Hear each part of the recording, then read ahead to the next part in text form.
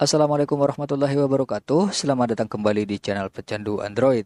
Pada video kali ini kita akan berbagi tips bagaimana caranya mengaktifkan opsi pengembang dengan mudah di sistem handphone Android. Dan kita juga bisa memahami apa saja fungsi-fungsi dari fitur yang ada di opsi pengembang dan apa efeknya terhadap handphone Android yang kita gunakan setelah kita mengaktifkan opsi pengembang. Seperti yang kita ketahui, jadi handphone Android itu ada dua nyawa, yaitu hardware dan software yang saling berhubungan satu sama lain. Sekarang kita hanya akan fokus ke softwarenya. Jadi software merupakan sebuah sistem yang sudah disetting secara otomatis dari vendor atau bawaan handphone itu sendiri. Dengan kita mengaktifkan opsi pengembang, kita bisa membuat atau menyeting handphone itu dengan versi kita sendiri ya. Karena ada kalanya kita wajib untuk mengaktifkan fitur opsi pengembang ketika kita akan melakukan menginstal ROM ulang ya atau flash dan lain sebagainya. Oke, sekarang kita sudah di pengaturan. Lalu kita cek dulu pada pengaturan tambahan ya. Nah, di situ tidak ada ya untuk fitur opsi pengembang. Bagaimana cara mengaktifkannya? Di sini kita klik pada tentang ponsel. Oke, lalu kita klik pada versi. Perhatikan di situ akan ada tulisan ketuk 7 kali untuk memasuki mode pengembang. Oke, sekarang kita klik 7 kali pada bagian versi. Di sini kebetulan saya praktekkan di handphone OVO ya. Jadi semua handphone Android itu sama ya. Yang membedakan hanya tata letaknya saja. Namun untuk fungsinya itu sama saja. Oke, jika ada sudah notif seperti itu, Anda sudah di mode pengembang, itu artinya kita sudah berhasil mengaktifkan opsi pengembang. Oke, sekarang kita cek pada fitur pengaturan tambahan. Di situ akan ada fitur opsi pengembang. Nah, inilah halaman dari opsi pengembang. Mari kita bahas satu persatu ya untuk fitur-fitur apa saja yang bermanfaat setelah kita mengaktifkan opsi pengembang. Oke, di situ akan ada jangan gunakan layar kunci. Nah, ketika ini kita aktifkan, maka jika kita membuat kunci atau pola pada handphone, nah, jika fitur ini diaktifkan, maka dia akan membypass pola atau kunci layar yang sebelumnya kita buat. Oke, nah selanjutnya yaitu buka kunci OEM. Nah, ini sangat berguna sekali ya ketika kita akan melakukan flash atau menginstal ulang, ketika kita akan melakukan unlock bootloader pada handphone. Nah, ini wajib diaktifkan ya. Selanjutnya juga dia berfungsi untuk membypass FRP ya. Nah, di sini juga kita bisa melihat ya layanan apa saja ya aplikasi yang berjalan di latar belakang. Nah, disinilah kita bisa mematikan ya aplikasi-aplikasi yang berjalan di latar belakang yang menurut kita tidak penting. Kita bisa membatasinya di sini. Oke, selanjutnya kita ke fitur selanjutnya yaitu pada bagian lebar minimum ya, yaitu DPI atau dim per inci. Jadi ini adalah ukuran layar ya.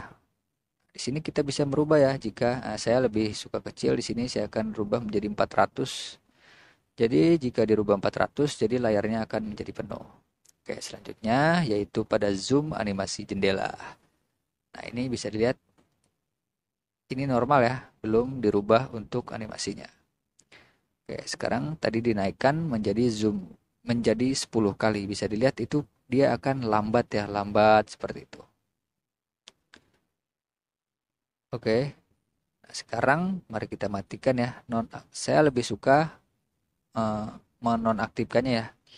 Di sini kita pilih nonaktifkan semuanya untuk skala animasi mulai dari jendela, transisi, dan animator. Oke, di situ kita matikan semua. Oke, sekarang kita cek pada aplikasi GoPartner, dia akan sangat cepat dan responsif ya setelah animasinya dimatikan. Selanjutnya yaitu tampilkan semua ANR. Ini adalah fitur jika diaktifkan kita akan mengetahui jika ada aplikasi yang crash atau error di latar belakang maka akan tampil di layar utama. Kita bisa mengambil tindakan untuk memperbaiki aplikasi tersebut dengan melakukan penghapusan data dan cache. Oke, selanjutnya pilih konfigurasi. Nah, di situ akan banyak pilihan ya. Nah, jadi contohnya seperti ini. Ketika kita ingin mengecas contohnya di tip mobil ya yang biasa ada USB-nya itu untuk MP3.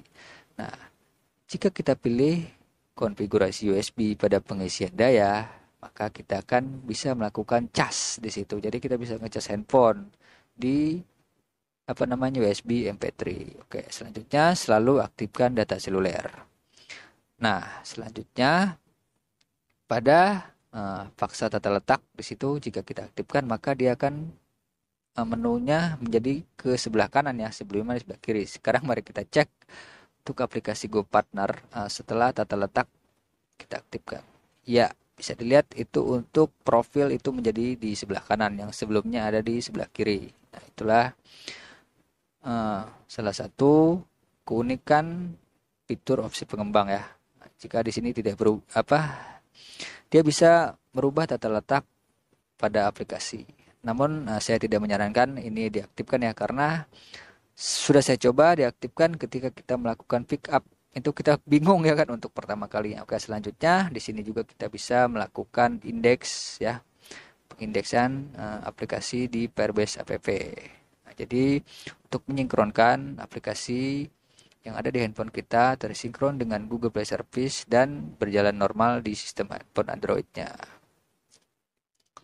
Oke, di sini kita bisa kirim update data pada setiap aplikasi yang ada di handphone kita. Contohnya, nah di sini kita akan cari ya untuk aplikasi driver kita, yaitu aplikasi GoPartner. Oke, kita ketikkan di situ, lalu kita klik cari, maka ini adalah bisa dilihat tadi itu update 1 jam yang lalu. Kata sekarang kita klik untuk linknya, secara otomatis kita akan dibawa ke halaman aplikasi drivernya. Oke, mungkin itu saja ya sedikit pembahasan bagaimana caranya mengaktifkan opsi pengembang dan mengenali fungsi dan fiturnya. Oke, terima kasih sudah menonton.